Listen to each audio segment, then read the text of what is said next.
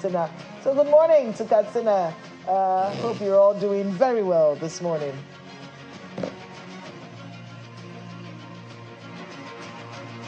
Yes, indeed. So it's a lovely one. So we'll just keep bringing you all of those. I mean, I think you should just find time if you can, whenever you can. Make a mental, conscious effort. Other things happening in different parts of the city, you know. Okay, so let's go ahead and bring you some of the dailies this morning.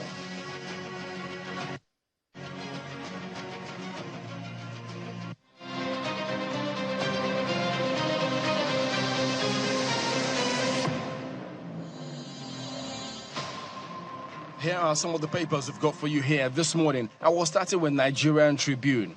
FG malls 150-day duty-free import window for food commodities. That's the big lead on the front page here this morning.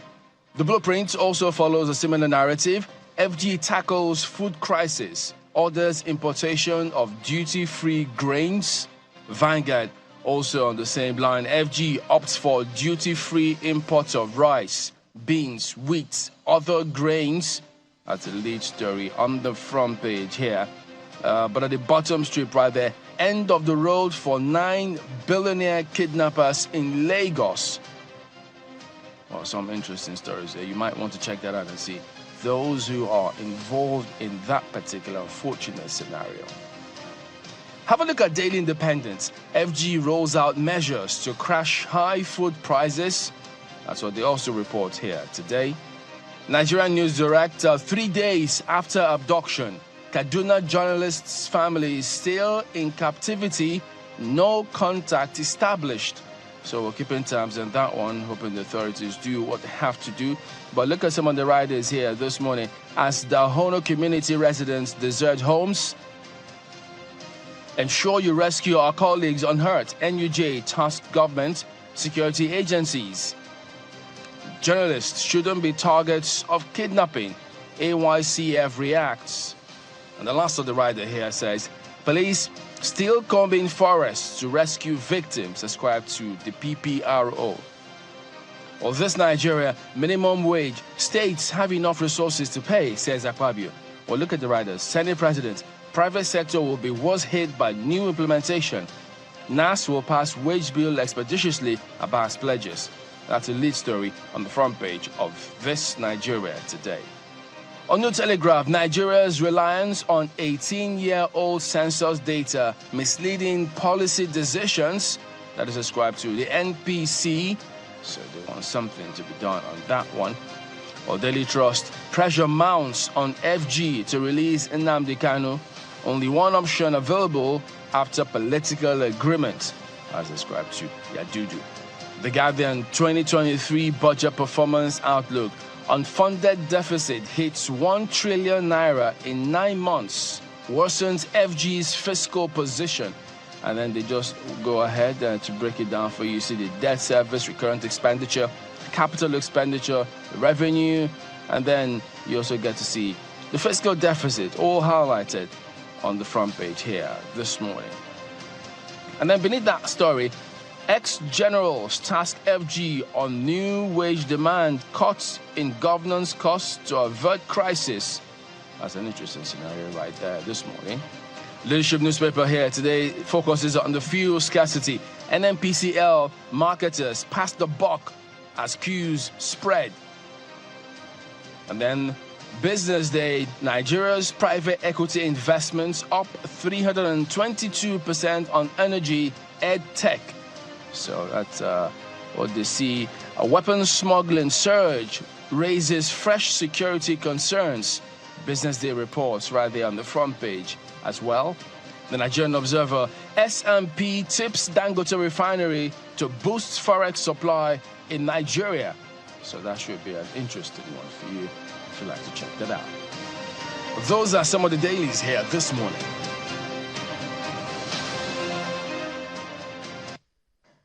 Those are the dailies. Let's take a look at the Daily Trust newspaper, because this is a story that I really want to hear what your thoughts are. And if you have any thoughts, for or against, feel free to express yourself. You can send us an email You can send a comment on our YouTube page. We actually do read all the things that you send. So do send your thoughts on this topic from the Daily Trust newspaper. And it's talking about pressure mounting on the federal government to release Nnamdi Kanu. Should he be released? What are your thoughts on that? On page 4 of the Daily Trust, I'm seeing this one from Yadudu, only one option available after political agreement. Should this end?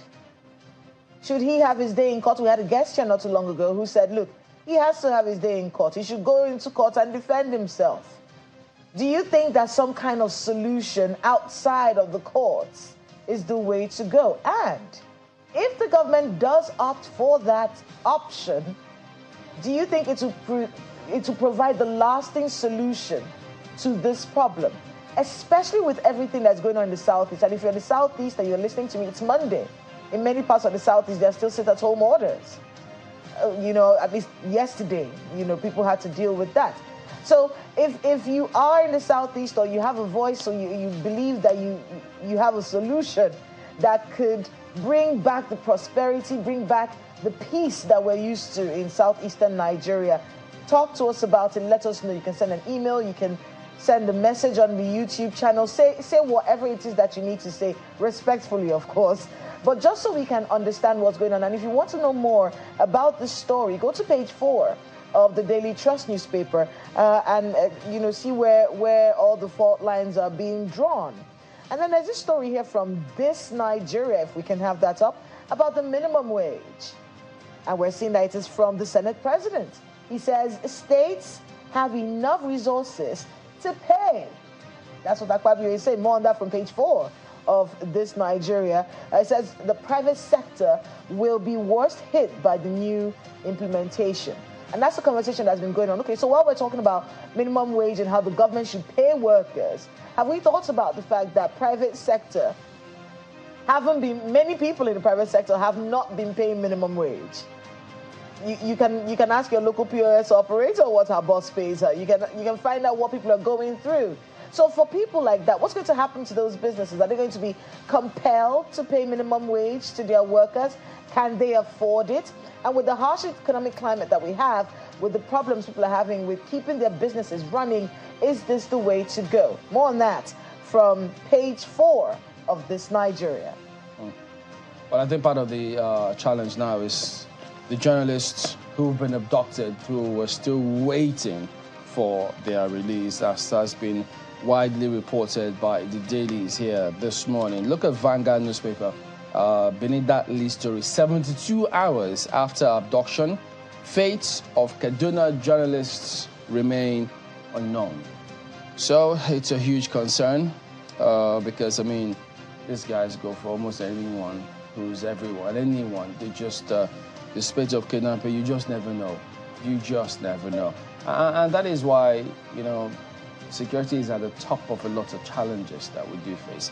Yes, the government talks about agri-sector, how they want to, duty-free import of rice, beans, wheat, other grains.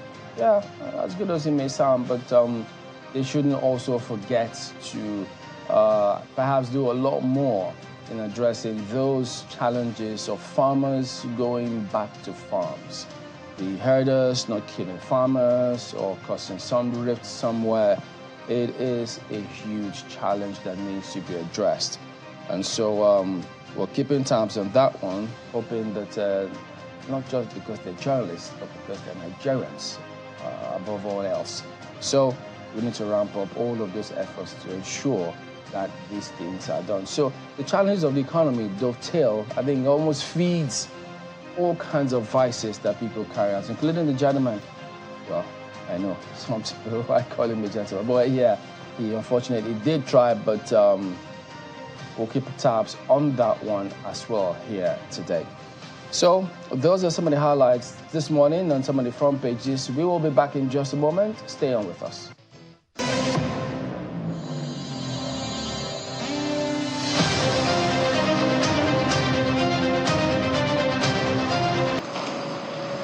Following the Court of Appeal judgment last week, the Amewuli-led Rivers State House of Assembly are sitting.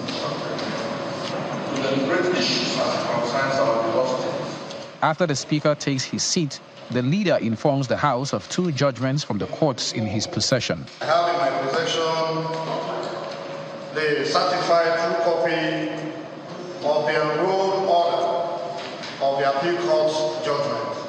With me, Mr. Speaker, I also have with me the certified true copy of the judgment of Justice Omotosho with me. Chairman of the House Committee on Judiciary moves a motion that they write to inform the governor about the court judgment he is disobeying. This House should write to and draw his attention to these judgments that are public before us and notify him of the fact that he cannot do anything outside this House, which is led by him. The Speaker accuses the governor of failing in his duty to present the budget to the House of Assembly.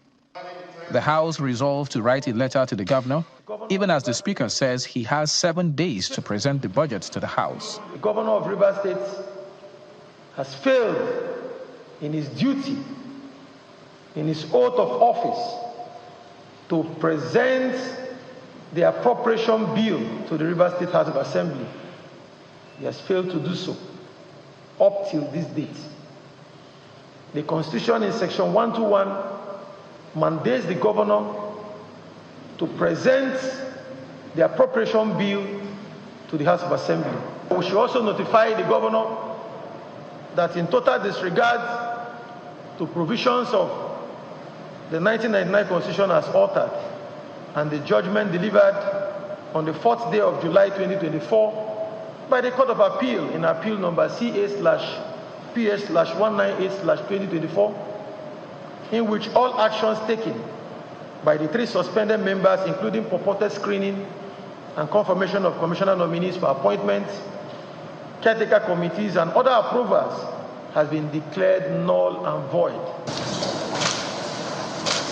Meanwhile, following a request from the governor, the Victor Okojombo-led assembly have screened and confirmed a lawyer, Emmanuel Frank Fubara, as a commissioner in Rivers State.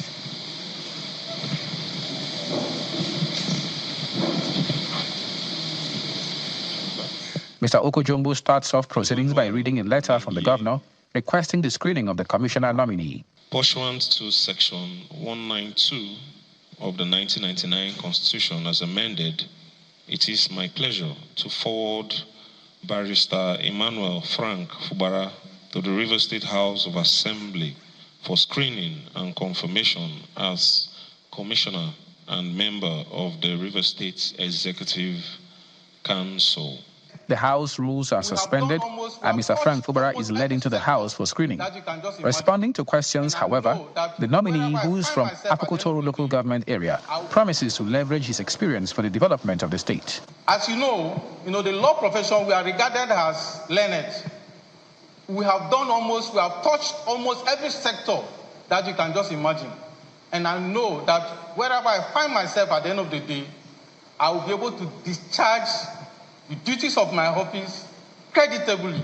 His nomination is confirmed unanimously by a voice vote, after which the House also considers for the second time the bills on the establishment of the State Emergency Management Agency and reform of the transport sector. All right, welcome back. Yes, indeed. We're talking about some of the court cases that are coming through from Rivers State. So we've got 2 gentlemen joining us this morning to weigh in on the subject matter. Rufus Godwin is a legal practitioner and former head of civil service for Rivers State. He's here with us in the studios.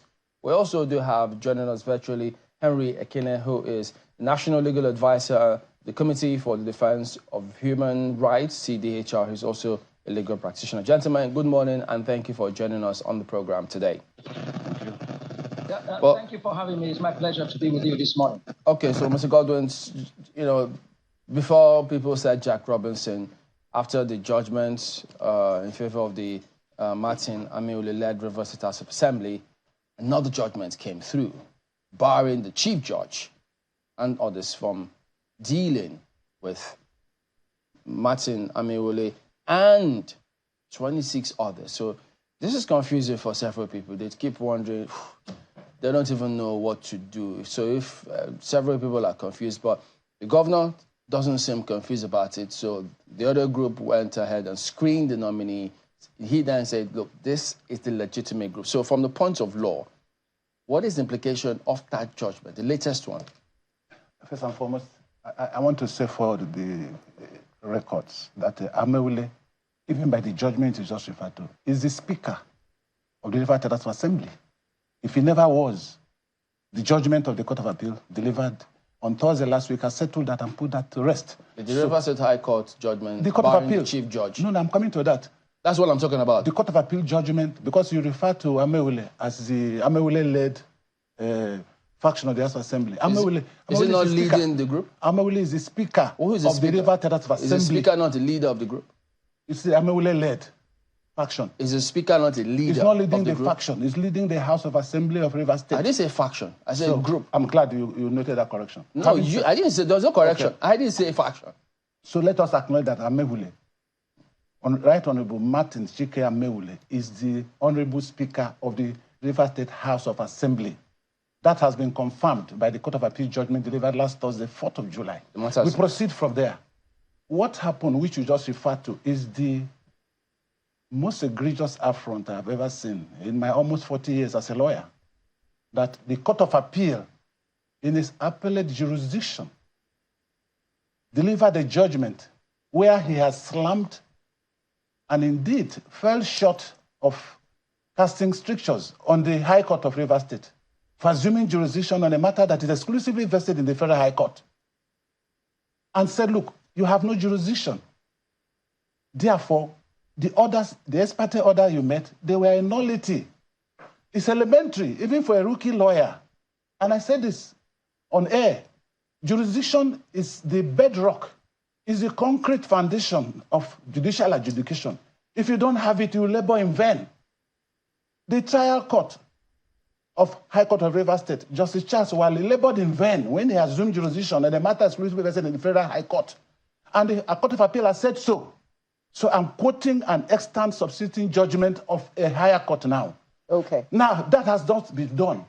That's what I've been instructed enough. Then a brother judge, Justice Stevens, just yesterday, again, did the same thing. He clothed himself with a garment of jurisdiction that he never had.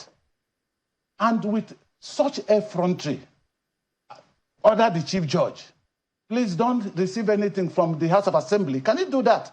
Is it not instructive for him to have learned that Court of Appeal has already fell short of rebuking my learned brother of the High Court for venturing into this matter? Okay. So I would say in one word, it's a clear act of contempt. Okay. Which is punishable under Section 133 of the Criminal Code of River State. Let's get his opening view as well. Mr. Ekine, you heard him speak about two things: the leadership of the River State House of Assembly and the judgment yesterday. What do you say? Yes, thank you. First, the leadership of the River State House of Assembly is not anything that we draw from elsewhere other than the Constitution of the Federal Republic of Nigeria. I subscribe to the fact that it's only one House of Assembly we have in River State, the one established under Section 90 of the Constitution. So we can't have two. At best, we will have contenders to that office that the Constitution pursuant to Section 92, requiring that members of the House shall elect the Speaker amongst themselves. So we do have a Speaker of the River State House of Assembly. And for me, in the review of, objectively, of the incidents of, if you like, the former members of the River State House of Assembly, that's what I hold. And then that's because when Martin Amewule and about 31 others together, they were 32, were inaugurated as members of the River State House of Assembly in June of 2023. Nobody had any contention. Then we lost one, and then they remained 31. It is a fact, and I know that my senior colleague in the studio will allude to this, that it is a fact that they had proceedings until the 11th of December 2023 on the floor of the River State House of Assembly. It's a proceeding that even the courts are expected to have judicial notice of, let alone lawyers, even the guests, even the media. Your platform has notice of that proceeding of 11. I have watched that your correspondence channels covered that proceeding of 11th December 2023, where Martin Amewule read out the letter of the deputy speaker precisely. Before he read that letter, he had actually said that the other members had written to him about their defection. No, I'm coming. I'm laying the foundation, Chamberlain. I'm sorry. Okay. I'll be quick about it. That they had ceased to be members of the political party that sponsored them. Then you go to the Constitution, which my colleague there in the studio also would hold to the fact that every citizen has the right to protect it, even him in speaking. Okay, I get your point, but I'm asking, from the point of law, considering that judgment that was handed down in their favor, yes, the Okojombo group said they're going to appeal the matter. So are they going to be referred to as the authentic group insofar as the appeal subsists? Yeah, Chamberlain, except of time. Otherwise, if I lay my foundation, the answer is very clear to it. Because the Court of Appeal didn't say, didn't discuss, didn't handle, it wasn't before it. The question as to the defection and ceasing to be a member of the Rivers State House of Assembly, that wasn't what was before the Court of Appeal. And everybody said, I was laying this foundation deliberately. So I will get to the point where Victor Okojombo was elected the Speaker of the Rivers State House of Assembly. He wasn't the first person that was elected after Martin Amiwula and his members or his friends defected. It wasn't. So there was a situation that existed. In fact, if he became Speaker after Edison Ehie was elected Speaker. So when Martin Amiwula and his colleagues left the House, he never was the Speaker, Victor Okojombo. It was Edison Ehie that was elected. Okay. And he gave effect to Section 109, subsection 1, paragraph G, pursuant to subsection 2. He gave effect to the defection by declaring those seats vacant. Tell us, give us your opinion then about the judgment that was handed down yesterday. Because he also did say here that that judgment is of no consequence because, the preceding judgment is a higher court, and so this court cannot take precedence over that one. Chamberlain, you see, I know that the question of jurisdiction here is not a blanket. It doesn't cover the entire thing. You consider it also considering the subject for the court. It is not a general situation that the state high court cannot entertain any matter if the provided parties have probably another matter. You cannot import the subject in another matter into another matter. The question that would be here is, what did they go to court for? Section 272 sub 3 that the Court of Appeal relied on to hold that the High Court of Rivers State, presided over by CN1, tell us, never had jurisdiction. It's different. What did they go to court from for? This particular decision of yesterday. What did they go to court to stop the impeachment of the governor? Yes, that's part of what they are playing. Okay, so they didn't go to court for declaration of the defected members to declare their seats vacant. No, it is when you go to court to seek the court to declare a seat vacant that you have to go to the Federal High Court. You can actually go to court against members of the House of Assembly for a different subject matter.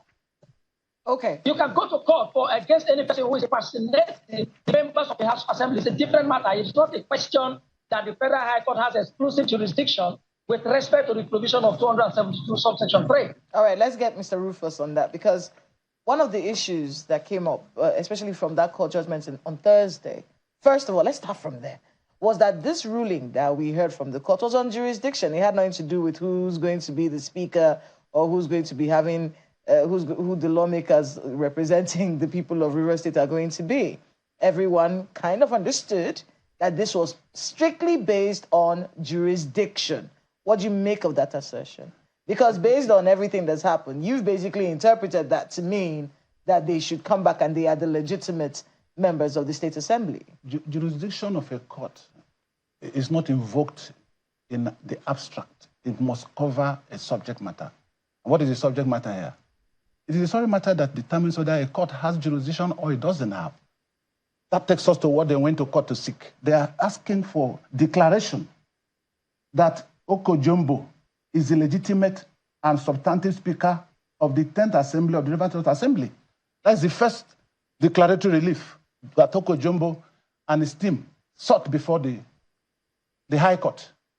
And then a declaration that with effect from 13 December The first to the 25th defendants lack the competence to purport to function. That is Right Honorable Martin Chika Ameule as the Speaker and the other members of the House. Those are those they are challenging. Now, this is one instance in history when the baby and the bathwater go.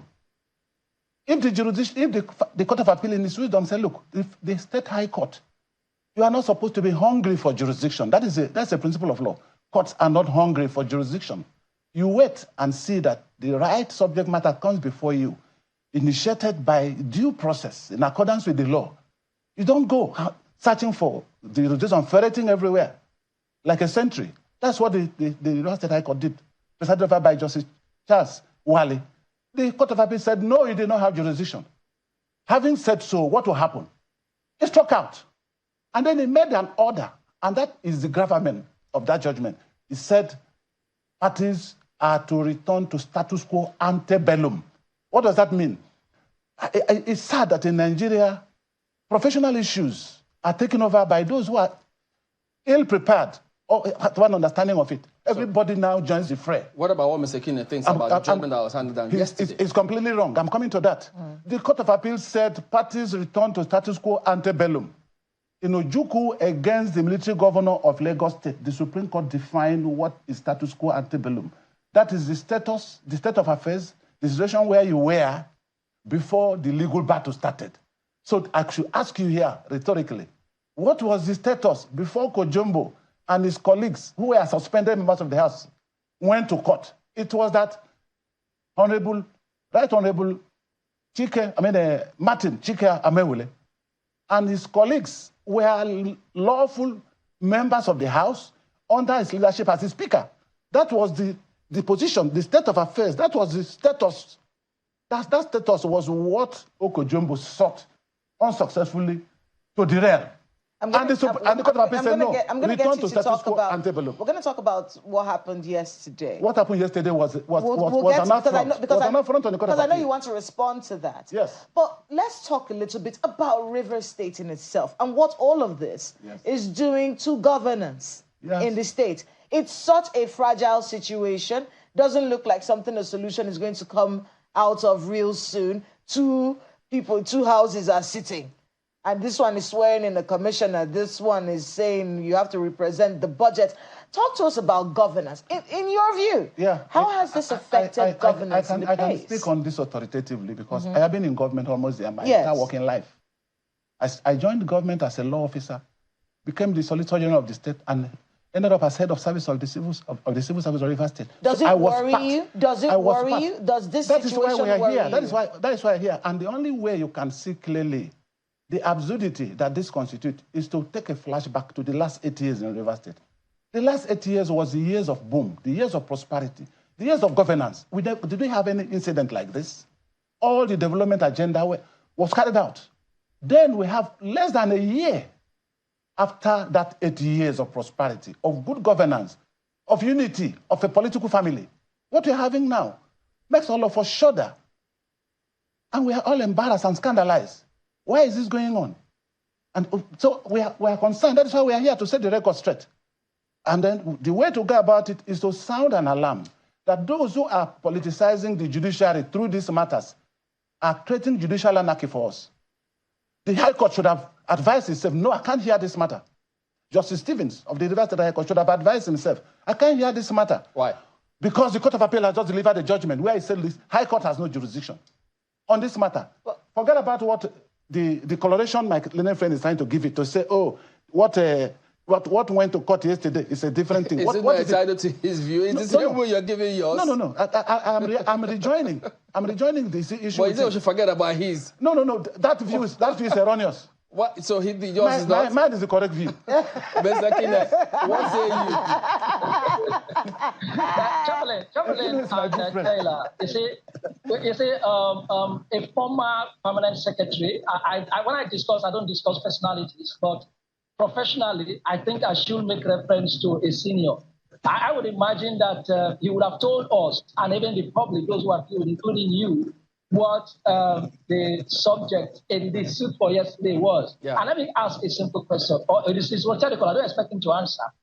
I have said here The fact that we have this debacle in Rivers State that unnecessarily was created and for a purpose on the 11th of December, it doesn't mean that every other suit that is filed, even if you have the Rivers State House of Assembly or those individuals in that suit, that it all means about the question of defection and vacation. No.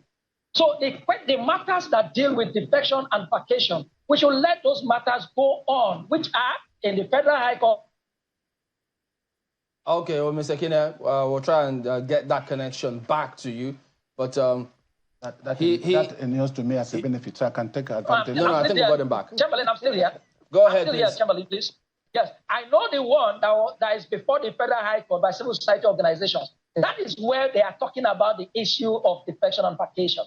Also, the one by a political party in that Federal High Court. And let me say again, known to even Mr. Godwin's there, that the one that Martin Ameghule and his colleagues filed at the Federal High Court. And you know what? Principally, that was even when they realized that their action of the 11th was likely to cost them their seat. They quickly ran to the Federal High Court in Abuja to say, hey, please, court, tell INEC, tell the Rivers State House of Assembly not to declare our seats vacant. But it doesn't mean that if any other person approaches the court, there's the same issue. Now, the court for yesterday, it's not about asking the court to declare the seats vacant. No. Even the one by CN Wale, Oko Jumbo wasn't asking the court to declare the seats vacant. Even when the guest in studio read out those prayers of declaration, they didn't say declare the seats of those Martin Ameghule vacant. You know why? Because those seats had already been declared vacant since the 13th of December. And Godwin, my senior, knows that. So the question before CN Wale wasn't to ask him to declare the seats of Martin Ameghule and others vacant.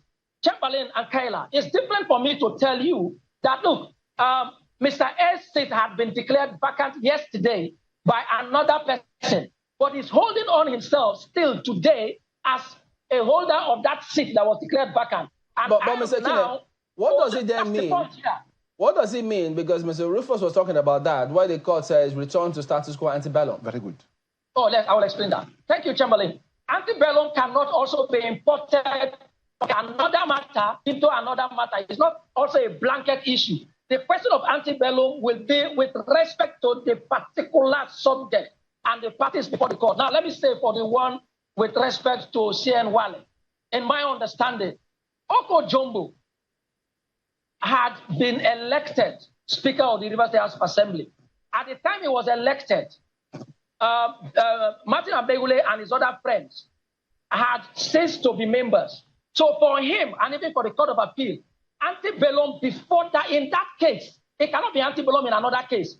Godwin is talking about antebellum in another case. No, for the conflict in the matter before CN Wale that got to the appeal is what was the situation before Oko Jumbo filed this suit? What was the situation before the contestation between Oko Jumbo and Martin Ameghule and others? It cannot be the contestation between me and my grandfather. It cannot be the contestation between maybe the civil society organizations and Martin Ameghule. The antebellum in that case may be different.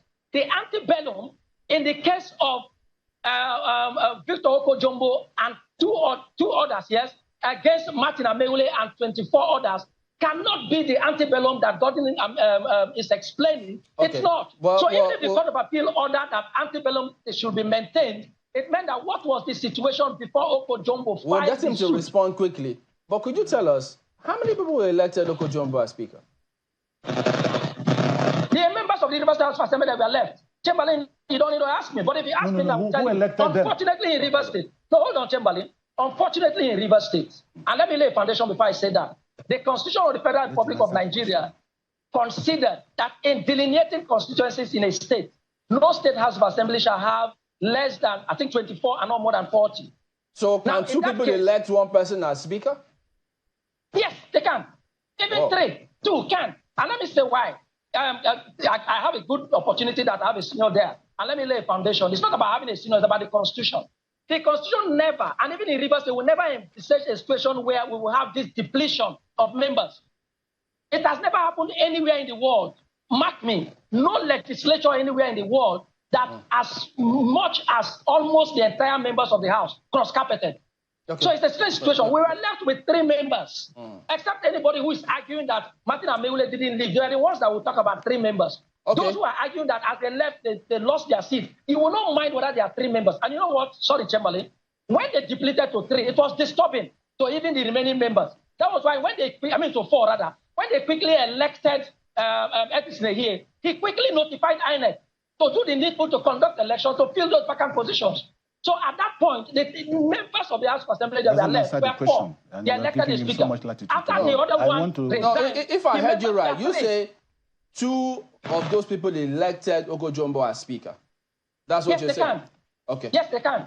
That's his answer. Well, what do you think? For the public, and this is quite pathetic because lawyers are primarily the gatekeepers of justice, and they hold a higher retainer to justice, much more higher than that to their clients. And so in positions we take, particularly on a public platform such as this, we should consider justice.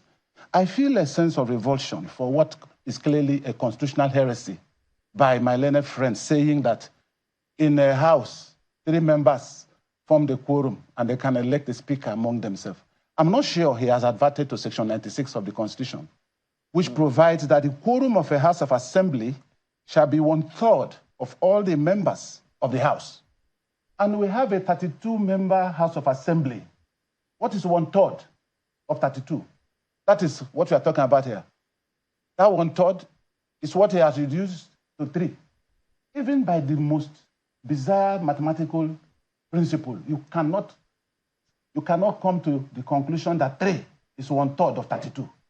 That is what Section 96 has said. Was there supposed to have been a vacuum? No, there should be no vacuum. If there's a vacuum, there's a process for filling it. So the question you ask... What's the right thing that should have been done in that circumstance? The right thing that should have been done is already being done until the court will decide the matter of the status of the Right Honorable Martin Amaewhule and his other colleagues. It's before the courts. It is not within the... No, but there have been several judgments. No, hold on. The courts do not say that once you defect, Ekine and others who feel like him should go and physically carry out of the house. That would be anarchy. In Abegunde and the Ondo House of Assembly, the matter ran through the entire gamut of the hierarchy of the court and went to the Supreme Court. They were still in the house. So until the apex court determines the issue of the propriety or otherwise of the defection that he's talking about, they are members of the house. And so you cannot bypass them and use 3. It's an assault to the intelligence of Rivers people that in a house comprising 32 members, we have lawyers who justify the fact that 3 persons can pretend to be making laws for Rivers State. 3. Let us even assume that all the other members have simply resigned from the house, and we now have 3. Chamberlain, will you consider that 3 members will make law? So it means that at that point there would have been no Rivers State House of Assembly. No, there would be a way. There is a process for filling the vacancies. But the process, assuming the process takes what? 1 month? The process, the law is there. The law may be silent, but it still speaks. Yes, assuming that the 32 members, because what you do not know is that we have 23 local government areas in Rivers State. I'm from one of the local government areas. I do not have any of my lawmakers among the 3.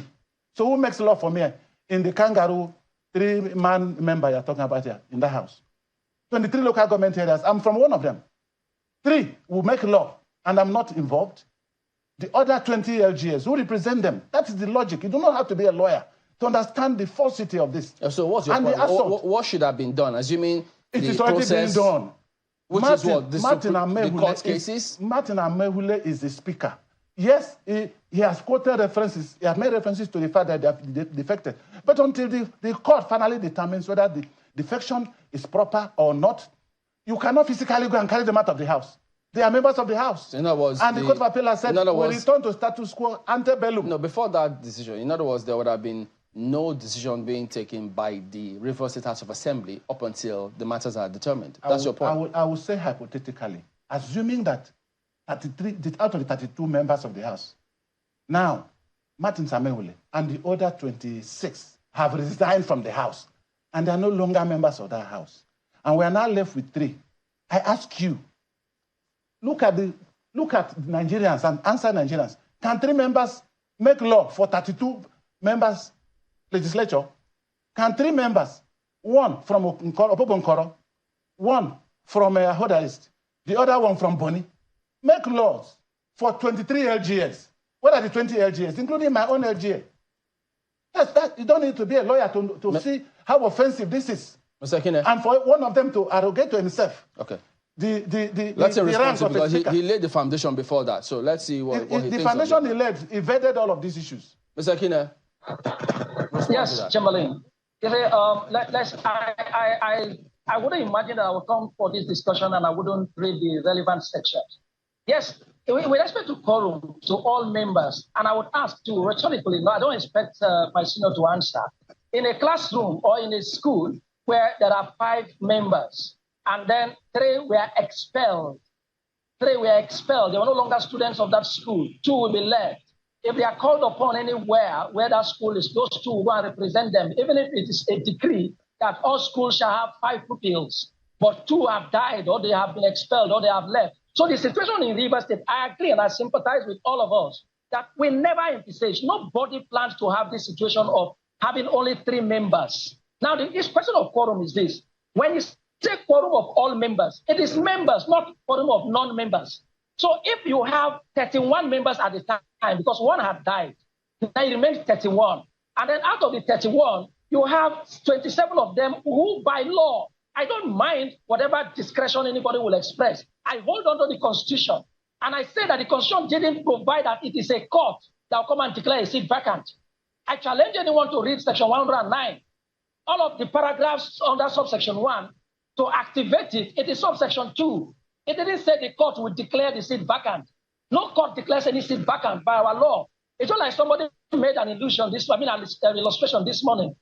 If a governor, for any reason, does not probably, a governor dies, automatically a deputy governor is sworn in. You don't need a court to come and say that. The same to a president. That's why the Constitution for the legislature, that in the event that this happens, you don't need a court. So the 3 members are the only members that Section 96 was referring to. And what is 1/3 or 2/3 or any fraction that is required if all of them are present in a sitting? So that was why I made the submission. And I'm also waiting for the Supreme Court to decide it. Some of us are putting this argument until the Supreme Court decides it, not God win. Talk to this, if you will. If you say that you don't need a court to decide some of these things and you challenge them to raise Section 109, but what is the procedure? Is it not the Speaker that will declare those seats vacant? It's the Speaker. So in this case, which Speaker was to declare what vacant? Excellent, Chamberlain. Look at what happened. It is important to understand the trajectory before you even... Now, number 1 is when Martin Ameghule read these letters, let us assume in the first instance that Martin Ameghule never also defected. Then you would have had a situation where 1 or 2 defected. He will decide to either declare, or as we have in the National Assembly in some cases, the presiding officer would hold on, especially when the defection is in his favor. This is what politicians do in our country. Then he may be mandated by an order of court to do so. But in this case, in Rivers State, all 26, including Martin Ameghule, the Speaker, left. So we had a situation where we didn't have a Speaker. So when the remaining members reconvened, this is the reality and the truth in Rivers State. When the 4 of them reconvened, they elected a Speaker, pursuant to Section 92. And then when they elected the Speaker needs to do that needful thing, that constitutional thing. Before Mr. Government comes in, there's a point of correction here that I remember. You will, but could you tell us, just briefly, Mr. Kine, before he comes in, what is the current status of Mr. Edison here? Excellent. So that what happened after he became Speaker. Remember, he later, about 31st of December, resigned.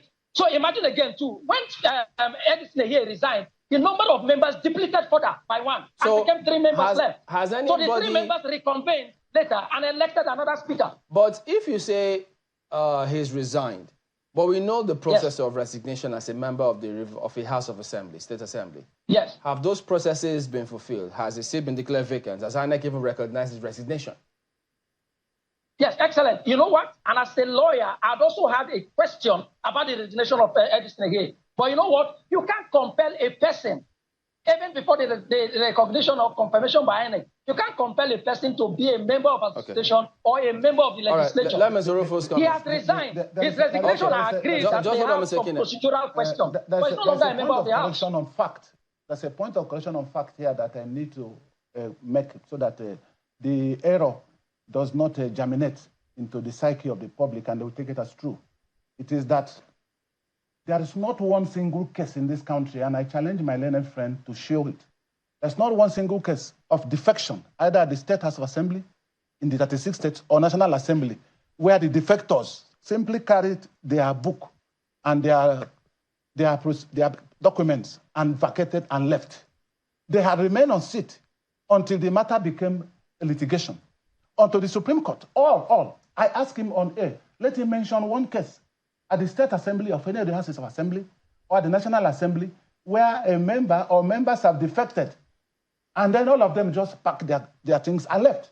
All of them have remained until the matter went into the realm of adjudication by the court. That is what happened in Abegunde, which is what the latest authority on this, because that was a case of a full panel of civil justices of the Supreme Court. And the judgment was delivered by the then CJN, Mahmoud Mohammed. So it cannot be that by mere wishful thinking, because Ahmed will, according to him, and the others have resigned, so quickly they will go and physically take them out of the house.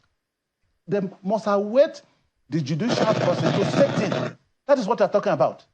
Two, we talk about resignation by Edison and the others. The truth of the matter is that there was no such resignation. What has happened was that the three of them were suspended by the House prior to all this conflict. The three of them were suspended by the House of Assembly. So they ceased to be members of that House. But Mr. Hill himself put up a letter saying it was subsequently that he resigned to take up executive appointment as Chief of Staff. So he was resigning when he had previously resigned from the House. That is a fact that my learned friend knows. So in other words... So this trip imposed... Does that mean the resignation is not valid? No. He's already under resignation from the House.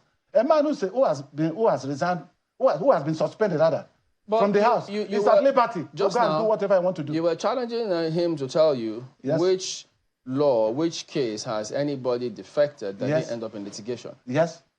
Now, if we say he's already under suspension, are you not remembering, too, that even when Senator Alain Dume was suspended, the court also decided that you cannot. Senator Dino Melaya to the same scenario. Exactly. So how come you're citing that case? No, he didn't go to court. No, but you're citing his suspension as though it were valid. I won't fall into this booby trap now. Are there not cases already saying they are not elected? You cannot suspend someone who's validly elected? He has not challenged it. That's what I'm saying. He didn't challenge his suspension. He rather resigned. You must challenge an executive appointment. So wait, you must challenge it, even though the law, there are precedents that says you cannot suspend certain persons if they have been elected. If the law says you cannot suspend, and you have been suspended, then you have the refuge to go to court to challenge it. He didn't go to court. Chamberlain, he didn't go to court. He rather purportedly resigned to take up an executive appointment. Wait, even if the person knows that there are court decisions, just a minute, because people are listening to you as a senior lawyer, just a minute. The suspension is hanging over his head before he resigned. Even if the Rivers State Speaker know that, look, there are cases that have been there that you cannot suspend a member. Yes. They can still go ahead and do it, expecting you to go to court. You don't understand, Chamberlain. Is that the way it works? The law says you cannot suspend a member. That would be absolute. But that's not so. There are circumstances that you will warrant that you be suspended. To say otherwise, in absolute terms, is to fetter the discretion and the powers of the House as a distinct arm of government. What are the circumstances? There are circumstances when you breach the privilege of the legislature under the Legislative Houses Privileges Act, when you conduct yourself in an indecorous and uncivil manner, and then you set yourself against the authority of the leadership of the House. What is indecorous and uncivil manner? Is that a violation of the law? Of course, that's a violation of the law. Like here, isn't that a subjective term? The House has its rules. The House has its rules. If you persistently disobey and violate the provisions of the rules, the House will say no. The court says we cannot discipline anybody. Remain. No.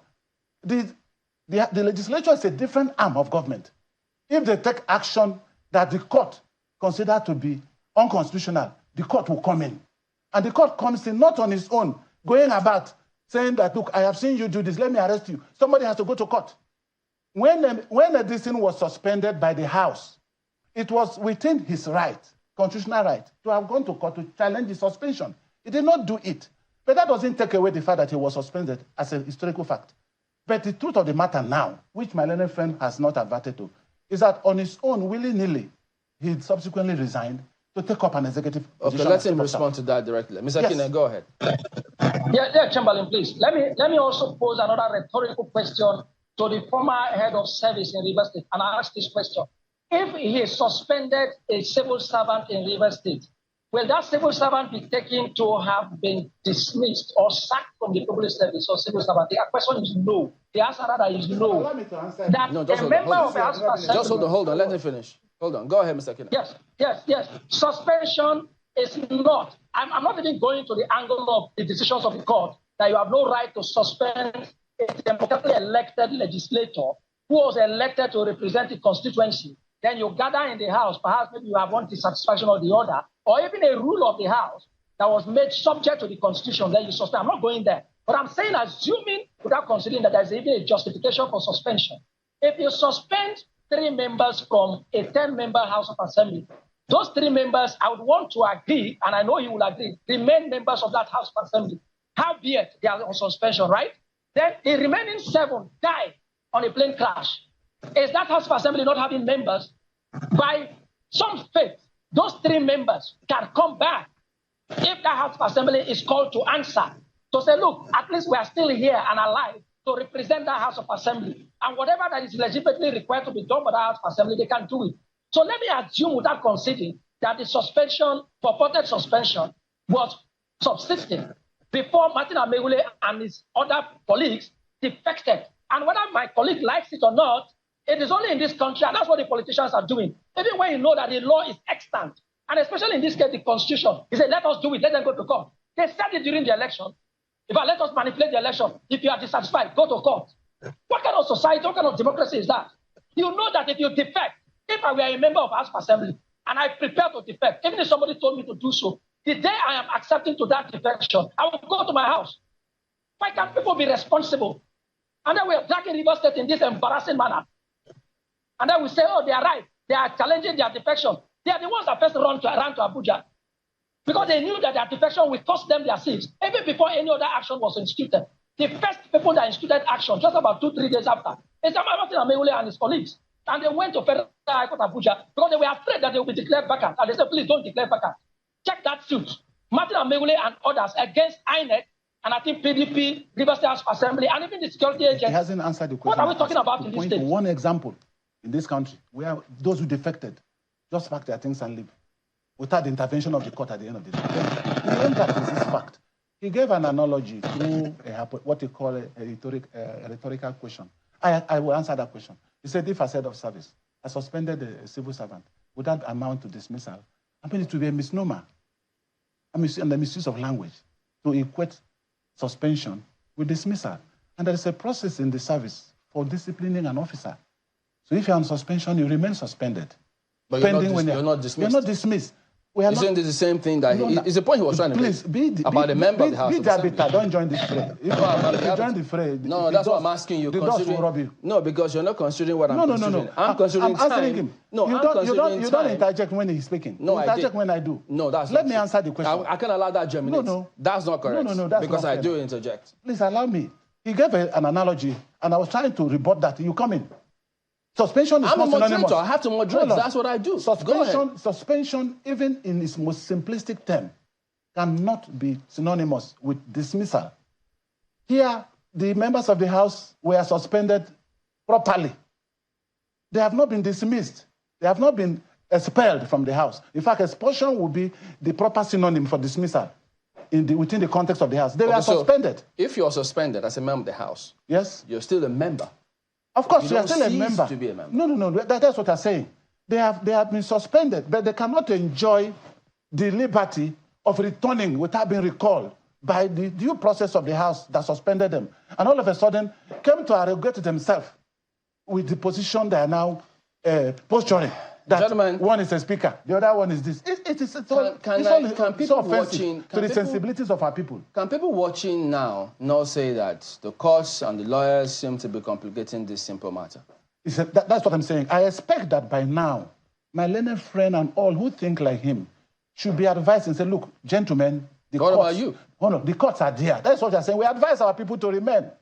remain in status quo antebellum until the court decides these matters. What the proposition is making is a tacit invitation to anarchy to say, look, go and take them out of the house. They don't wait. You don't need to wait for the court to decide. A lawyer should be the last person to reason that way. In Omotosho, Justice Omotosho, in this same case at the Federal High Court, has already ruled that Edison was never a speaker. Mr. Kine. So these are the things. And we have this proliferation of cases in court. And then a high court yesterday will go and return the chief judge, return the house. Briefly before we wrap up, Mr. Kine. Most unconstitutional. Hello, Chamberlain. Sorry, I didn't get that. Go ahead and give us your closing thoughts. I did ask, are the lawyers and judges not complicating this matter? Yes, no, lawyers are not, except those who are politicians. I am not one. But for Chamberlain and Kayla, let me say, whether we argue back and forth, and then whether politicians want to perpetuate their positions, the bottom line is we are greater as Rivers people together. And again, we have a greater proportion of Rivers people who are not involved in all of this. Let me give a little bit of the statistics. In the matter in the Rivers State House of Assembly, there are only about 32 members that were originally elected. One died, one has resigned, so we have probably only about 30, giving us this headache. Then number two, even those who would want to benefit from them, I think that we all have to remember that the greater proportion of the population of Rivers people are not in this, and we're expecting good governance, peace, and stability in this state. And again, we profess to be a society... I'm afraid we're out of time. We need to go. That's my closing remark. Thank you. You're entitled to wrap up within the time, but you already wrapped up before we went to him. My wrap-up would be that lawyers... Mr. Rufus Godwin, legal practitioner, angels of justice, former head of civil service, Rivers State House of Assembly, as well as Mr. Henry Ekine, National Legal Advisor, Committee for the Defense of Civil Human Rights at CDHR. We have to thank both of you for coming on, even though many are a little more confused than getting a solution to this matter. But Business Morning on Sunrise really comes up now. Thank you.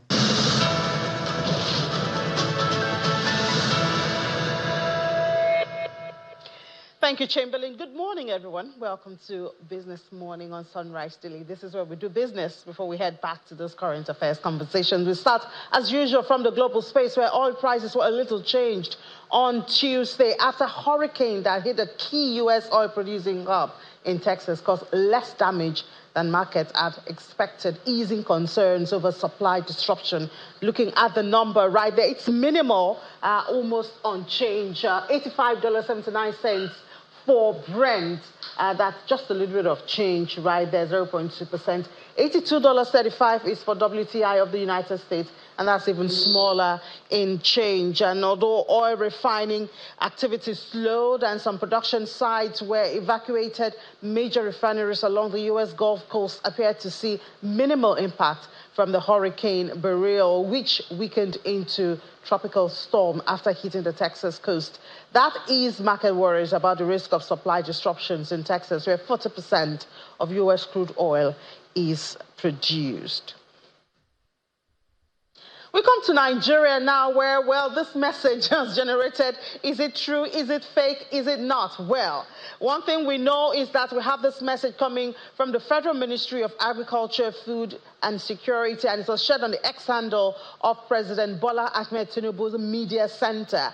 And then it suggests that perhaps some relief may be coming the way when it comes to food security in the country. Some of those measures we see here, it's not in effect yet. In fact, from what I saw, it's going to take about 14 days for implementation strategies to be put in place, and then we expect this to be in place for 180 days. So that there's going to be 150-day duty-free import window for food commodities, rice, wheat, and what was the other one there? Free, and maize. Those three. There you have it right there. Maize, cowpeas, brown rice, and all of that. And then federal government also to import 250,000 metric tons of wheat and 250,000 metric tons of maize. That's apart from the one that the private sector will be allowed to import without paying duties.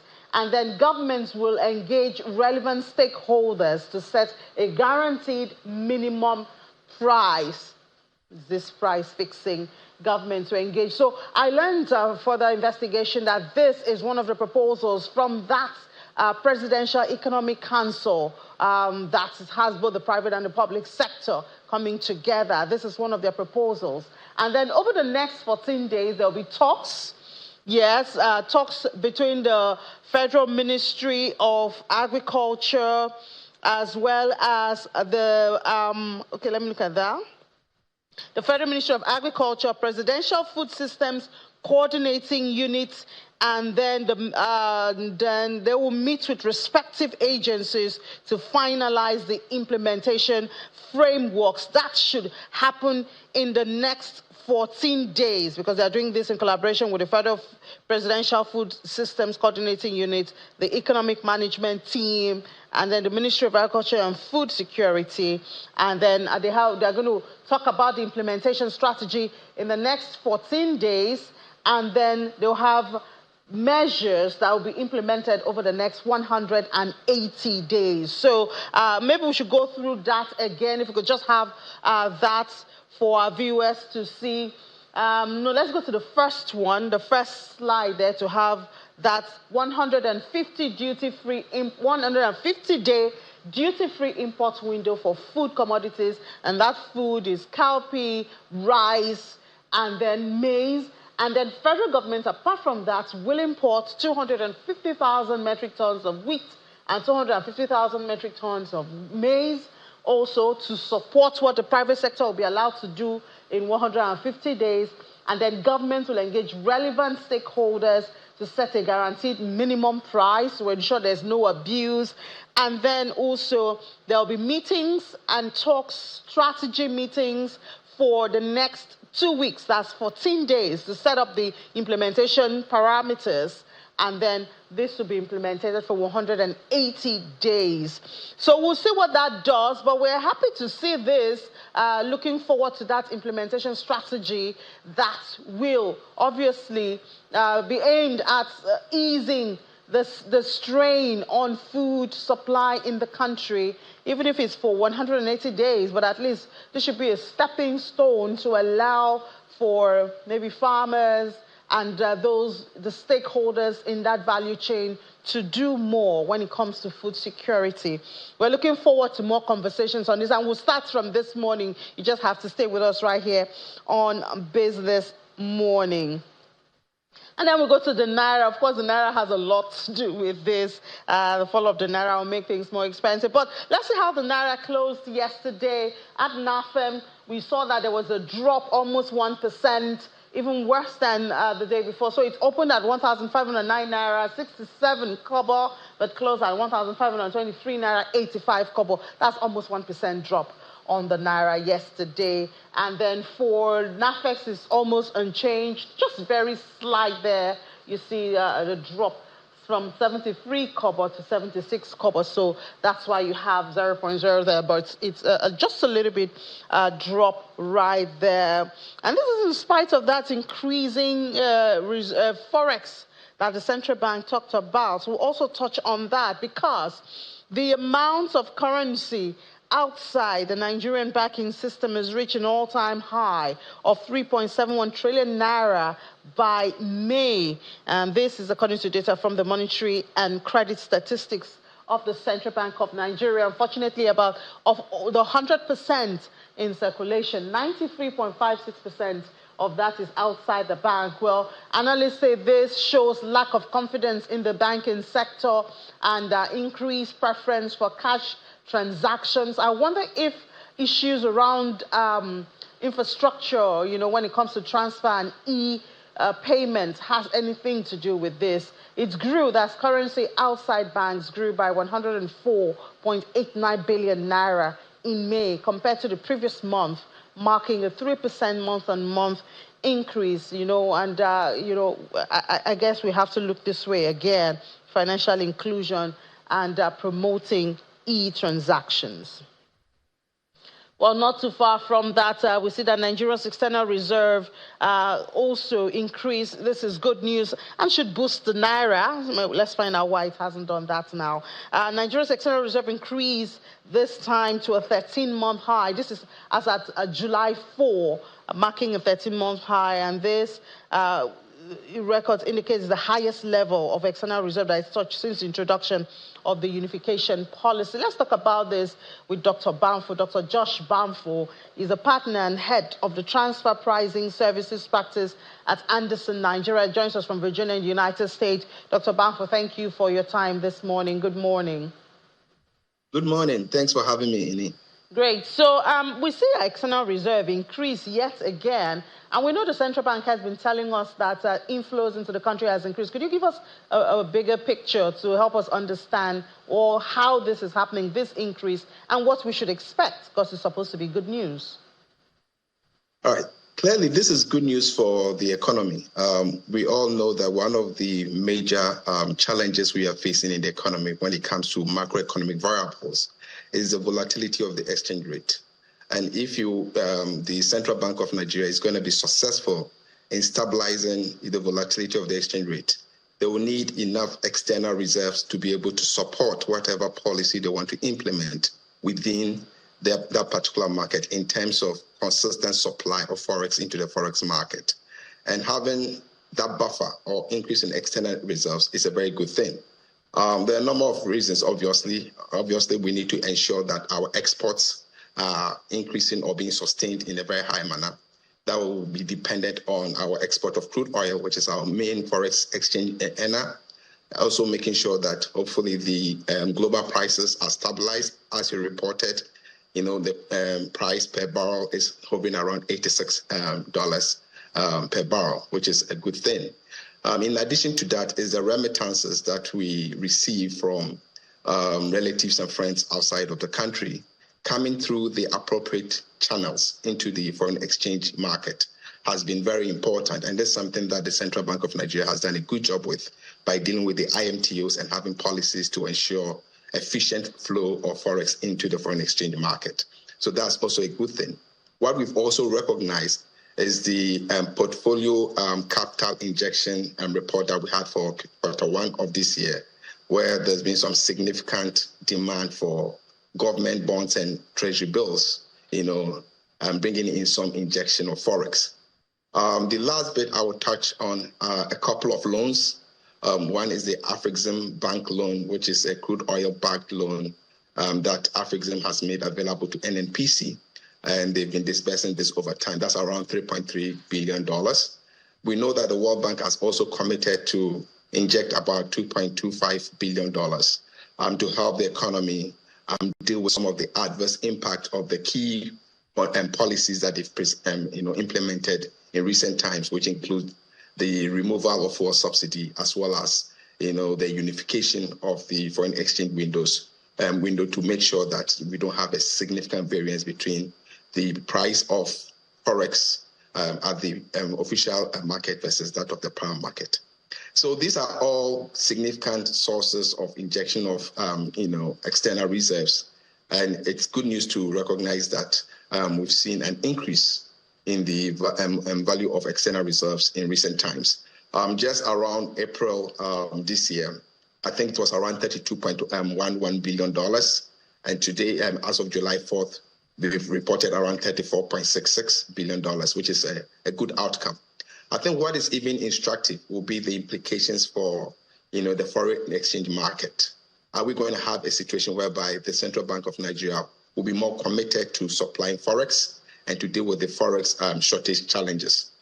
For me, I think that is going to be what we should be looking at for on a going forward basis. My belief is that the Central Bank of Nigeria should start placing a lot of focus on achieving that stabilization of the foreign exchange rate volatility, as much as they are committed to bringing the average prices of goods and services down by consistently increasing the monetary policy rate since they took over June 2023. And to do that, I hope that they will be able to commit to a particular narrow band that they're going to commit to ensuring that exchange rate falls within that narrow band. So, for example, We were all excited when the exchange rate started gaining and went towards $1,000 per $1,000 per dollar when it went to around 1,100.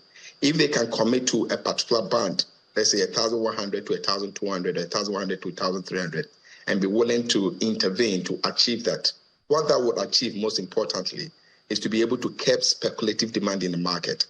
As long as speculators believe that in the short to medium term, the Naira is going to weaken, they will always have an incentive to continue to buy when they believe that the price is low and sell when they believe that the price for Forex is high. So what the central bank should be committed at doing now that they have a good buffer with the increase in external reserves is to be able to achieve some consistent rate that is stable, that is predictable, and can then curb some of these speculative activities. So for me, it's a good outcome that finally we are seeing some increases in the external reserves. It creates a buffer, and it enables the Central Bank of Nigeria to take some very strong policies relating to the exchange rate regime that usually has huge implications for the economy as a whole. All right, but Dr. Banfo, isn't it risky? Aren't we going to be running back to where we were when you say they should set a particular band, and try to pursue it, talking about the central bank now and the exchange rate? Wouldn't that be taking us back to where we were if they were to set a band and then pursue it? So the truth of the matter is, we are always going to be, as long as there's going to be some significant demand for Forex, we'll need to meet that particular demand in order for us to have a stable exchange rate. If not, there's going to be volatility. Anytime there's a surge in demand, and there's a shortage, then the price of the Forex then shoots up. That leads to high depreciation. So the first thing is for the Central Bank of Nigeria to have an understanding of the real value of the Naira against the dollar, right? And that can be done, by looking at the purchasing parity value of the dollar. Then they need to have some level of commitment in terms of some reasonable range within which they can manage, the value of the Naira against the dollar. If we don't do that and we leave it purely to market forces, where there's significant speculative demand in the market, which we've not been able to control, then we're going to be at the whims of, what the speculators do. Anytime they demand some significant amount of Forex, there's going to be a significant depreciation of the Naira against the dollar. And that volatility doesn't augur well for business planning. And as we all know, some of the reasons why some multinational enterprises have exited the economy is because of the volatility of the exchange rate and the fact that they cannot actually predict with some certainty and make any business plans, be it short-term to medium-term. So I think it's a commitment that the Central Bank of Nigeria has to look into and actually tweak their policy a little bit. I'm not saying we should go back to the fixed exchange rate regime. That created a huge disparity between power market and official rate, but we have what we call a managed floating regime, where you are floating it, but you are managing it within some set band to be able to curb speculative activities. All right, Dr. Banfo, partner and head of transfer pricing services practice at Anderson in Nigeria. Dr. George Banfo, thank you so much for your time. Thank you for having me. Let's take a break now. When we come back, we'll look at that proposed reforms. Food security is top on our minds, and you know that. But that'll be after the break. Do join us again.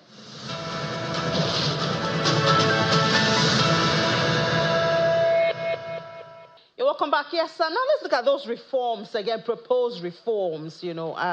We haven't got a confirmation that is into implementation yet, but it's a proposal. At least we can refer to it at this time. And we'll be doing this with Dr. Ifeoma Nwokolo, Research Manager with Financial Derivatives Company. Dr. Nwokolo, thank you for your time. Good morning.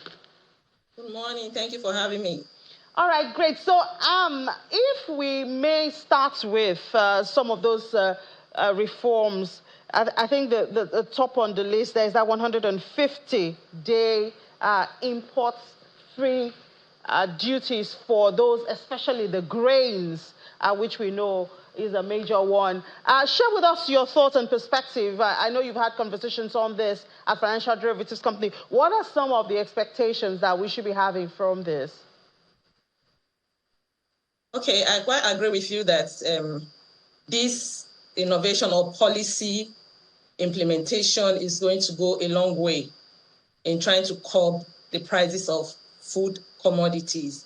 Because if taxes are taken away, duties are taken away from these staple commodities, we have the rice, we have wheat, we have maize, we have the cowpea.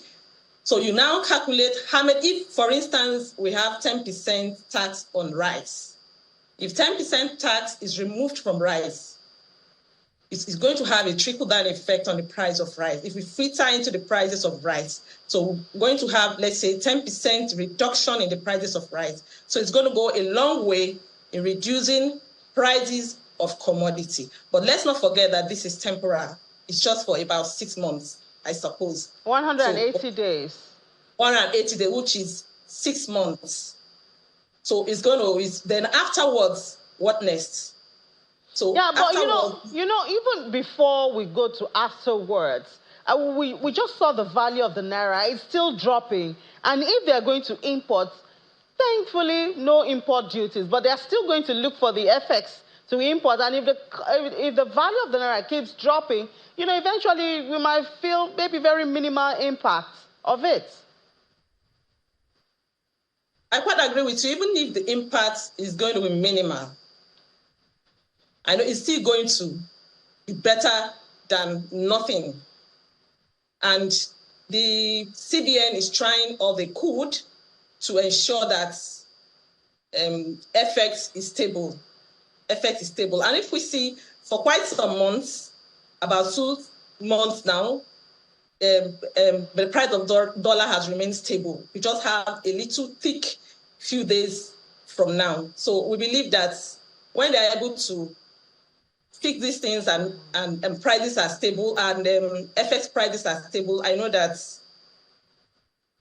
even the price, even if it's going to be minimal, we are going to see some impacts. So I think we should go back to, you know, that issue that you brought up about afterwards. It's 180 days, that's about 4 months. So after the 4 months, is there something we could be doing, you know, within that 4 months to give us a bit of security for after the 4 months? Okay, that's a good point. I quite agree with you. Afterwards, after the 6 months, what happens? So there is need for us to begin to address structural issues we have. Because if we talk about food inflation, which is the main or core driver of inflation, it is underpinned by structural issues. We begin to address the issue of insecurities in these states where food are produced, so that farmers can have access to their farms, and also address the issues of post-harvest losses. Because most times, these commodities, we don't have storage for these commodities. So government should also put in place all this before that 6 months elapse. If otherwise, it's just like we are running water on a rock. So we just see the effect, a short-time effect, and we go back to square zero if proper measures are not put in place to address the issue. So, but at least for that period of 180 days, that's 6 months and 4 months, how do we expect that to affect our inflation numbers, even if it's temporal? Of course, yes, we're going to see a shift, a downward shift in inflation numbers. Recently, we begin to see some decline. That is month-on-month inflation, which reflects the real inflation rates. Okay? So we have seen that there has been a trend over the months. Over 3 months now, we have seen a trend of decline, taking a downward trajectory. So it's going to have, at least on food, it's going to have impact. Food inflation is likely going to decline sharply before the end of the 6 months. There's going to be a sharp decline in food inflation, which will also impact the headline inflation. So you think perhaps this is the plan that the government had when they set up that target? I know the CBN has a target of inflation. The last time I spoke with, the Chief Executive Officer of your company, FDC, Mr. Bismarck Arani, he had said that he expects inflation to be at about 24%. by the end of the year? Because if we look at 6 months from now, I think that's like the first month or so of next year. So do you see this leading to that 24% perhaps inflation at the end of this year? Of course, it's going to go a long way to bring about a decline in inflation. But let's not forget, it's going to go a long way. Looking at it from September, because when you put up a policy, the policy implementation, it takes time for this policy to begin to have effects on the economy or trickle down on the people. So that process is called transmission lag. So after the transmission lag, we are definitely going to begin to see inflation taper starting from September. September, October, we're going to see inflation taper. And by the end of the year, we're going to see. But Dr. Nwokolo, I'll beg you to look at some other realities, because we see the field queues are back on the road. We hear stakeholders in the oil and gas saying that perhaps, not yet confirmed, that pork prices also are increasing, and the price of petrol, that's energy cost, transportation cost. And that, of course, you know, can also still feed into these inflation numbers. Perhaps we should have a bigger view of the picture. Yes, even though we are projecting that it's going to be a fall, there are some factors that are going to derail this trend. And those factors are even the minimum wage, proposed minimum wage. Because when minimum wage is increased sharply without a corresponding increase in aggregate outputs, it's going to be a problem. All belts will be on loose. Then secondly, is this fuel issue. So if it continues like this, I'm sorry, we may not be able to achieve this. So these are the things that may really obstruct these projections. So all things being equal, the inflation prices are supposed to decline.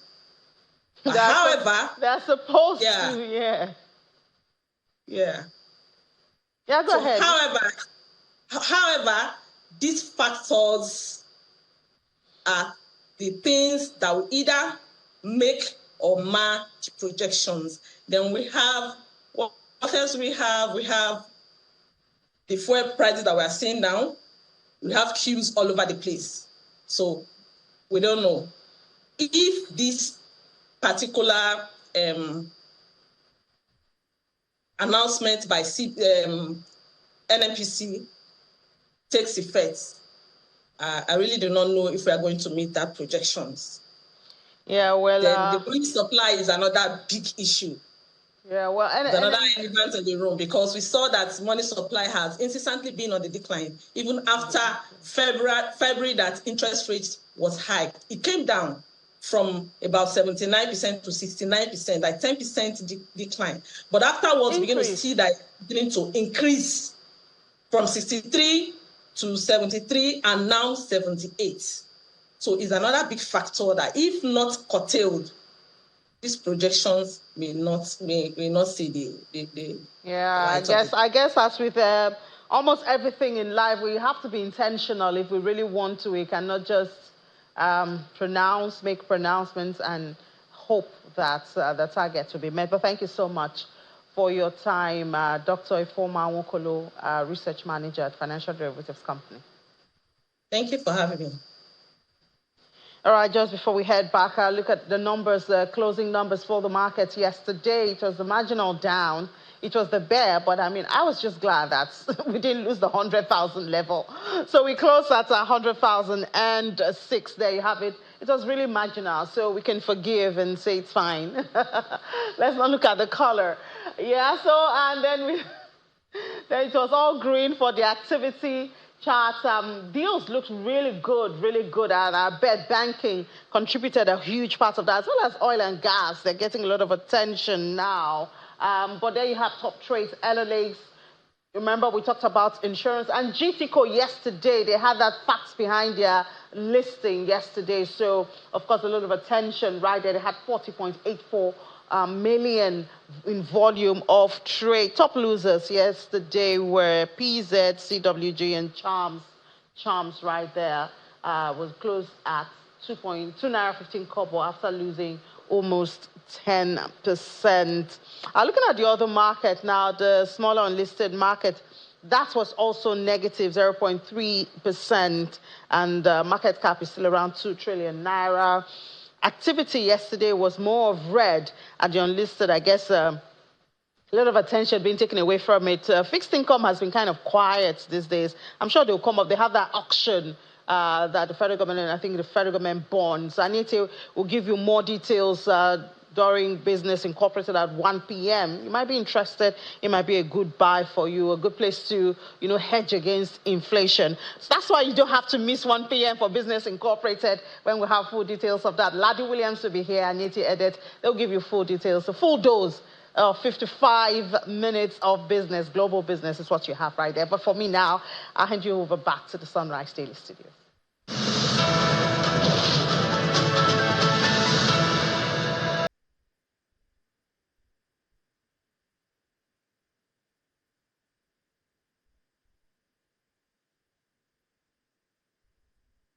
Your life, we don't want to lose you.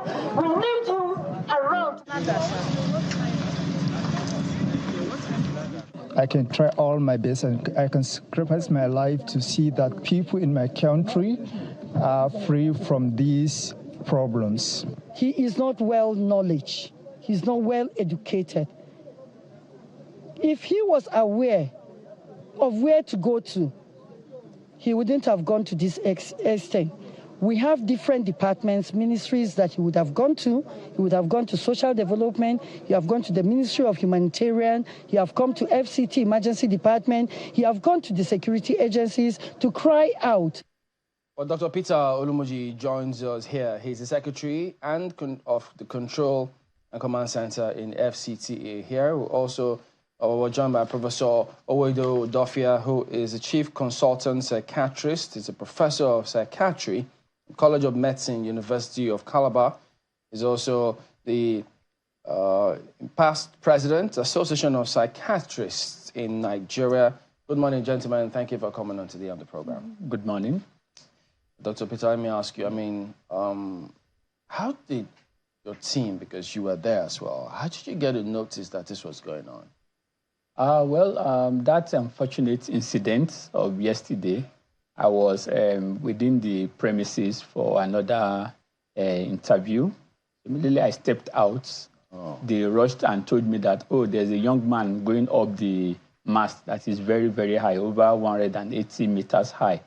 And when I got that information, I had to quickly put a call through all the emergencies response team, the FEMA, which is for FCT, the fire service, the police, the DSS. And the response time was very, very swift. They responded on time, even though we spent over 3-4 hours before we could persuade this good Nigerian to come down from that. When did he climb? He climbed at about around 9:30, around 9:30, Because when I came out to 10 and I saw him at almost half of the mast while he was still going on. And we were trying to talk to him, but he was just going up, But again, we now saw that he had this note he dropped at the base of the mast. So we went there to study it and we realized that, if something is not done, this guy could jump down from that height. Mr. Olumuji, I want to be able to get your thoughts on, at least to get what the rules are. Yes. This mast is critical FCT infrastructure. That's true. From what we know, according to the law, the NSCDC is supposed to be manning these infrastructure. That's true. What happened to this mast? Was no one manning it at the time when he climbed it? Well, we have the security agency, the NSCDC personnel around, but he gained access into the premises, claiming he's going for an interview, which nobody suspected that he was going for something else. So it was up there when they got to know. That's my issue. Yes. He was able to enter into ASO Radio. If you're entering ASO Radio, they will stop you. They will stop you and search your car. That's true. And then this mast, is it at the base of this hill or at the top of the hill? At the top of the hill. Which means that you have to park your car in front of ASO Radio and then climb the hill. That's true. That means this mast is near that place where the center of Nigeria is. That's true. Now, the security around the mast is what my issue is. Yes. If someone can bypass all of that, say he's going for an interview, He didn't enter into Aso Radio. He climbed up that very steep hill to the top where there are people there. I know that there are security officers around that place.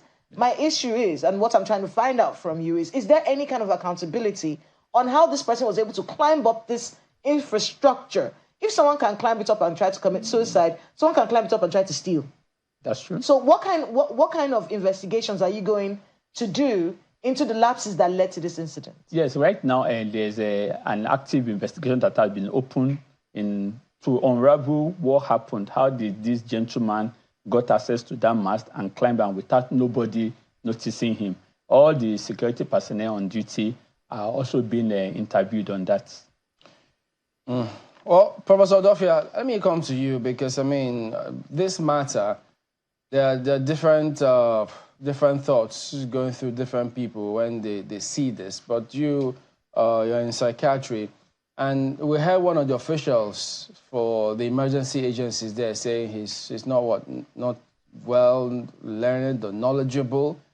But he had a clearly written note there. He seemed legible. He seemed to know what he was doing. How do you relate to this kind of scenario? Yeah, thank you very much. It's a bit difficult from a distance to decide what is happening. I'm sure the question you're asking is he mentally ill or not? Yeah. If that's the question, it's going to be impossible for anybody staying so far away to decide whether he's mentally ill or not. Like you mentioned earlier, like it was mentioned, he did all the things the right way to be done. He deceived the security officials and went all the way up there. So we don't know whether he's mentally ill or not. I've not been able to look at what was written down in the note. Maybe if I had a chance to look at the note, I would be able to say whether there's anything indicating mental illness in the note. Okay, if we just read out some of the things that he put up. That would be good. So let's put it up on the screen. The heading was, "It's long enough." Yes. And they had different lines there. Long enough for government to stand by and do nothing while Boko Haram, bandits, and kidnappers are killing people in the country every day. Long enough for citizens to continue suffering from hunger. Long enough for inflation rate to continue soaring. Long enough for a number of out-of-school children to go on. Long enough for him to keep quiet. And then he had more notes beneath it, asking government to return fuel subsidy, and then he signed it off. Justice for the masses, struggle for freedom. Yeah, there's nothing in what I read that is indicative of mental illness. I mean, the guy lives in Nigeria. The things he has written down are things many Nigerians would talk about. So in the note itself, we don't see anything indicative of mental illness. Maybe talking with him, looking to his past life and things like that may help. But based on what I've heard from the narrative and the things he has written down in the notes, no psychiatrist would judge that he has mental illness. So can we then say that for the officials who did say there that he's not knowledgeable, he's not well learned, I'm not sure of that context that they were trying to pass across, because from what people have seen, for you, who's a professional, you say it's difficult from a distance. So I'm not sure they even clinically examined him that fast to come to that narrative or that submission. No, I mean, maybe they have extra skills, or they have seen him and talked with him, and based on what they found in him, they're able to say so. But I don't know. But there's no psychiatrist who would listen to the things you've said and the things he has written down and would say he's mentally ill. I mean, Professor Odofia. Differentiate. Sorry, just a moment. Let me repeat. Yes. Okay. Let's differentiate being mentally ill and having mental well-being. They're two different things. So for mental well-being, he definitely is not having the best of it. But for mental illness, I don't see from where I'm sitting any evidence of mental illness. Of course, every Nigerian has been stressed. It affects our mental well-being. Every Nigerian has been buying a bit costlier than he should be buying. These things affect our mental well-being. But mental illness is something else. It's something more definite. Just like going to the hospital and the doctor tells you, oh, you are a bit overweight, you should lose some weight. You have a physical problem. not necessarily that you are ill at the moment. So it's up to you now to take precautionary measures, lose weight, do all the things the doctor tells you to do. Then you can get back your physical health, well-being. I mean, Prof, So you basically took the words out of my mouth, because I was going to say there's a difference between mental illness and mental well-being. And when it comes to the Nigerian public, our mental well-being as a people is something that I feel hasn't been addressed. It's not even being looked at. They keep calling us the happiest people on earth. We're forging along. We're rolling with the punches. But what's that doing to the mental health being? From your perspective, you know, how should we be addressing the mental health well-being of the Nigerian at this moment? Yeah, the mental well-being of Nigerians is really on a stretch. Even although many more people, well, definitely in people working in hospitals, we see that there are more people coming to hospitals with mental and behavioral disorders. There are many more people going to substance use disorders. All that is happening. So we know that the mental well-being of Nigerians is being stretched so much. And when you have things stretched like that, it's a problem. Let's remember that there's also physical well-being.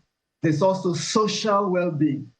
And these three, mental well-being, social well-being, physical well-being, form the three pillars of health. If any of them is distorted, it puts a lot of stress on the other ones. When people have lost their social well-being, the things the guy wrote about are basically about social well-being. Yeah. Once the social well-being of Nigerians or of any people have been interfered with, there's a stress on the physical well-being. You have more physical illnesses, like people are going to have more peptic ulcer, more diabetes, almost every other physical health problem will be increased. Hypertension will be more, and also the mental well-being will be stressed. So the social well-being of Nigerians being distorted by the pressures and problems we're having is going to wreak havoc on other pillars that make up health. But Prof, is that to say that can somebody who, even if mentally healthy, could someone whose mental well-being is challenged at a particular point in time not do what somebody who is not mentally well can do? For instance, in this case, we don't know. He may or may not have jumped. Did you hear me, Prof? No, I didn't hear you. I'm saying for someone who maybe not in the grade of mental health, and somebody whose mental well-being is challenged at a particular point in time, can he not do what someone who is not mentally well can do? For instance, in this case, I'm saying he may or may not have jumped. Nobody knows. He may or may not have done what? I didn't hear that last bit. He may or may not have done. Jumped. Okay. Yeah. Now, we don't really, like I said, we need to know whether he has the mental illness or not. That's the first thing. We don't know. But all the steps he has taken shows he has an idea of what is happening. Okay. And we don't know how much stress he has been through in the last several days or weeks or months. You know, it took time to write down clear things which every Nigerian would identify with. So that's the core thing. So definitely his mental well-being we can question it. But then making a diagnosis of mental illness is not just exclusion of symptoms. It's something more positive than that. So a doctor, a psychiatrist, because he has the kind of publicity he has received now, he should be examined by an experienced psychiatrist, and a decision is made about his mental well-being, about whether he has a mental illness or not. Yes, but definitely from what we've seen, he's not having the best of mental well-being. I mean, how many of us in Nigeria are having that at the moment? Exactly. I mean, I wanted to be able to come back to Mr. Olumuji to talk about this, because where is he now? I saw different stories in the news. Okay. Yeah, Josephine Ade says, that's the FCT PRO says he's in police custody. I'm seeing online he's arrested. Where is he?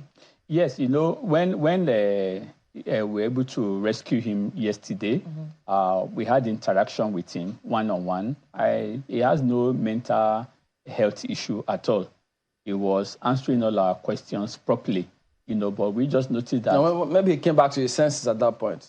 He might have been mentally stressed to have climbed that place. No, but what he tried to make us understood that yesterday is that he wants to let the government know what the generality. Yeah, we get that. Where is he right now? Presently, he's with the police. And why is he with the police? Mm-hmm. After the rescue, the emergency services did their normal procedures on him.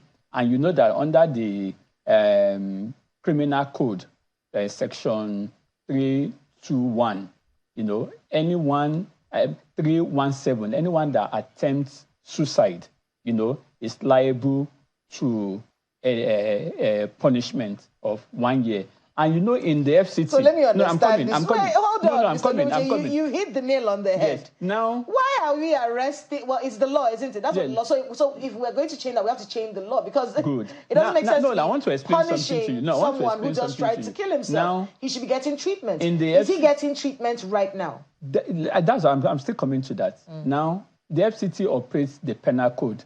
And under section 231 of the penal code, what he has done yesterday, because if you look at the note he put there, he said if he dies, that signifies that he could even jump down from there. So now the police will have to take him into custody, conduct their interview, while the Social Development Secretariat of the FCT are also on him to get every medical assistance he will need. So presently, he's with the police, and the Social Development Secretariat of the FCT have also gone to the police station to ensuring that they also carry out their medical check on him and making sure that they can see one or two things from him too. You're nodding your head. Why? I'm a bit worried from what I've heard. Yes. We've been told that he climbed, the pylon is over 100 meters. I can't remember the meters you mentioned. He sat there for like 3-4 hours. He now climbed down. The guy is clearly dehydrated from where I am. So anybody who said that he was I'm not even talking about mental health. I'm saying that the guy would have been so exhausted going all the way up there and sat there for some time, and the air current and things, that the guy is bloody dehydrated. And anybody saying that he is physically well, let's not even talk about mental illness. Someone who has done all that, climbed all the way, came down, and is being kept by the police overnight. I think whoever is in charge of that should answer questions. He should go straight to a hospital. He should be examined by the doctors. The guy is in no physical state for any of these things we are doing. It's so unfair that such a person, so people who have never gone to medical school are saying that he's healthy and is being kept in the police. Maybe I should ask, the police has told us recently that any person in an emergency situation, the first thing is to see a doctor. They even tell us that if you are shot or someone comes to your hospital bleeding and whatever, first thing is to make sure he's well. Then you report to the police. This is not what has happened in the FCT. Whether they're having penal code or whatever code, a person who has climbed that length of that height, sat there under the sun and the wind, came down, has no place to go to the police station. The first thing is he goes to the hospital, he's rehydrated, he's resuscitated. Well, I heard you use the word resuscitation and I smiled. So that's my point. He needs to be seen to be physically well, and the police station is not a place for him to go now. Yes, Mr. Peter. Yes. Now, can I come in? Prof, when we said he's in the custody of the police, let's take note that the police have their own medical facility too. And part of what was agreed was to go to the police medical facility. And that is what happened. That's why I use the word in police custody, because in their medical facility is still a police custody at that material point in time. And that is what the FCT Police Command did accordingly. Because, the police custody in Nigeria is we know. No, it's not behind bars. It's not behind bars. Nobody will keep such a person behind bars. And that's why the acting Director General of the FCT Emergency Agency insisted that this person must be handled professionally. And what is the word professionally? This medical state must be ascertained. In fact, when he got down from that mast, the first thing we do is to provide him a meal. Because we asked him, are you hungry? He said, yes. And we took him in. He took a meal, took water before they now move him out of that environment. But part of what Prof is saying here is for the people, NEMA, to have come to that conclusion, it was premature. I will not be able to speak for them. No, it's about processes. Well, in your office, Processes, you said you people checked him and you said he was okay. Yeah, who checked him? Who is the psychiatrist? Who is the medical doctor that checked him and said that he is okay? No, when he got down from the masts, the first thing you do, you want to ask 1 or 2 questions. Who is asking the questions? The agencies there, the emergency Were there team. doctors and psychiatrists present?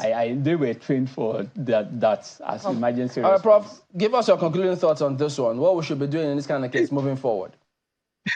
The core thing is, let's be sure the guy is well, he's healthy. Then we can find out whether he has any mental or behavioral disorders. I think that's where to go. And I'm happy again that this whole thing about catching everybody, I use the word catch, who has attempted suicide. It's such a barbaric law we had years ago.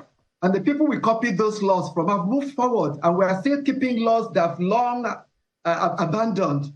Someone is sick. He's not able to take decisions. He can't even go to court and plead whether he's guilty or not. And we are making decision that he's sick. Sorry, we're making decision that he's committed a crime. The lawyers tell us clearly that for a crime to be committed, things are required, including a guilty mind and reaction. So let's find out whether the person has a guilty mind, whether he's even able to take decision about guilt. Someone who is sick and has attempted suicide has no business with police or law or crime. We should find out, is he well? If he is well, then we can talk about crime later on. But the core thing is he well? And when he mentioned police clinic, I smiled, because even the teaching hospitals where all the things are supposed to be available, they are struggling to provide emergency services to people who don't have relations. So saying that he was the police clinic, I laugh. When you go to a police station, you need to go and buy a pen to write your own statement. Well, I'm not talking about FCT. Maybe they're better. You don't need to buy your own file and get your own paper and pen to open your case. So maybe in Abuja, things are a bit better. But generality of hospitals in the country, people are struggling. That's the point. Not just the patients going there. The hospitals themselves are struggling. So if it's better in Abuja, thank God, maybe it will spread to the rest of Nigeria later on. But the thing is, Prof, mental health is a thing. I mean, it's an issue that we should take seriously, above all else. Definitely. So we should find a way to inculcate it into mainstream issues and procedures as well. Well, thank you very much indeed, Professor Owoido Dofia, Chief Consultant Psychiatrist, also Professor of Psychiatry, College of Medicine, University of Calabar, and also the immediate past Registrar, National Postgraduate Medical College. Dr. Olumuji, security generally, the Command and Control Center, are they improving in terms of their work to ensure FCT residents are safe? Definitely. Presently in the FCT, the Minister of FCT has always been hard on the security agencies to ensuring that every resident of FCT sleep well. And there's this operation going on now, Operation Dominating the Fringes, which are the border communities. And the Nigerian police is taking the lead on that. A lot of arrests of these criminal elements, the kidnappers and the rest, have been made in recent times. And that is why FCT is calm right now. All right, so we have to thank you as well for coming on, Dr. Peter Olumuji, Secretary, Command and Control Center for the FCTA. Well, just before we go, we have some messages that came through, feedback. This is from Adewuyi. He says, about the first subject matter we'll discuss on rivers. He says, lawyers are the major problem we're facing in the country called Nigeria. They intentionally create confusion by deliberately misleading the public. And then, Festus Akimboyewa, that's from you. Well, you say, it's so sad that judges in many states have become pawns in the chessboard of state governors. Any state judge can easily be manipulated by state governor. Sad. Should be. Well, that is it today. Thank you all for watching. We'll see you next time. I'm Chamberlain Usof. Goodbye. I'm Kayla Magwa. Have a great day ahead.